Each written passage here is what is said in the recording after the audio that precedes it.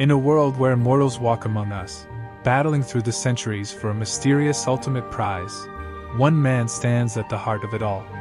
This is Highlander, a cult classic that blends sword fighting, time jumping, rock anthems, and ancient prophecy into one unforgettable tale. Let's dive into the 1986 film that taught us. There can be only one.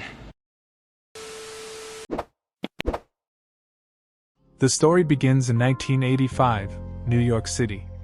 At a wrestling match in Madison Square Garden, Connor MacLeod, a quiet antiques dealer, senses the presence of another immortal.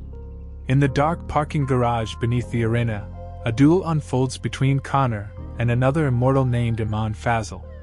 With flashing swords and sparks flying, Connor defeats him, decapitating his enemy.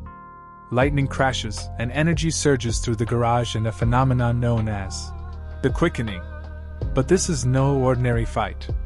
This is part of a centuries-long battle among immortals, a secret war where the only way to kill is to take the head, and in the end, there can be only one. The film flashes back to Scotland, 1536. Connor MacLeod is a young Highlander warrior of the clan MacLeod. During a battle against a rival clan, he's fatally wounded by a mysterious and terrifying warrior, the Kurgan, another immortal. To everyone's shock, Connor miraculously recovers from his fatal wounds. Instead of celebration, he's branded a witch and exiled from his village. He starts a new life, unaware of his destiny. Years later, Connor meets Juan Sanchez Villalobos Ramirez, played by the legendary Sean Connery. Ramirez, an immortal from ancient Egypt, becomes Connor's mentor. He explains the truth: immortals are born of unknown origin. They cannot die unless beheaded, and they're all bound to an eternal gain. Ramirez trains Connor in swordsmanship, discipline, and the harsh rules of their kind, but tragedy strikes when the Kurgan finds them. He slaughters Ramirez and brutally assaults Connor's wife, leaving a trail of destruction behind. The rivalry between Connor and the Kurgan becomes personal and eternal.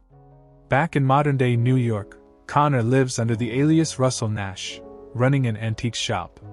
He's being tracked by Brenda Wyatt, a forensics expert who discovers a centuries-old sword at the Fazil crime scene. As Brenda digs deeper, she uncovers Connor's secret and confronts him. Slowly, she learns the truth about the immortals and the looming final confrontation. With only a few immortals left, the Kurgan returns, more unhinged and monstrous than ever. He kidnaps Brenda to lure Connor into a final battle. They clash in a brutal duel atop a crumbling building. Sparks fly, glass shatters, and the swords sing as the final blows are exchanged. Connor finally defeats the Kurgan, claiming the ultimate quickening in a burst of cosmic energy. Connor is now the last immortal, and with that, he receives the prize: the ability to age, to die, and to hear the thoughts of all people, a gift he hopes to use for the good of humanity. He returns to Scotland with Brenda, ready to live a normal life, at last. Highlander isn't just a fantasy action flick. It's a timeless tale of identity, destiny, and sacrifice, set to the powerful music of Queen, who immortalized it with tracks like "Who Wants to Live Forever?" Because in the end, there can be only one.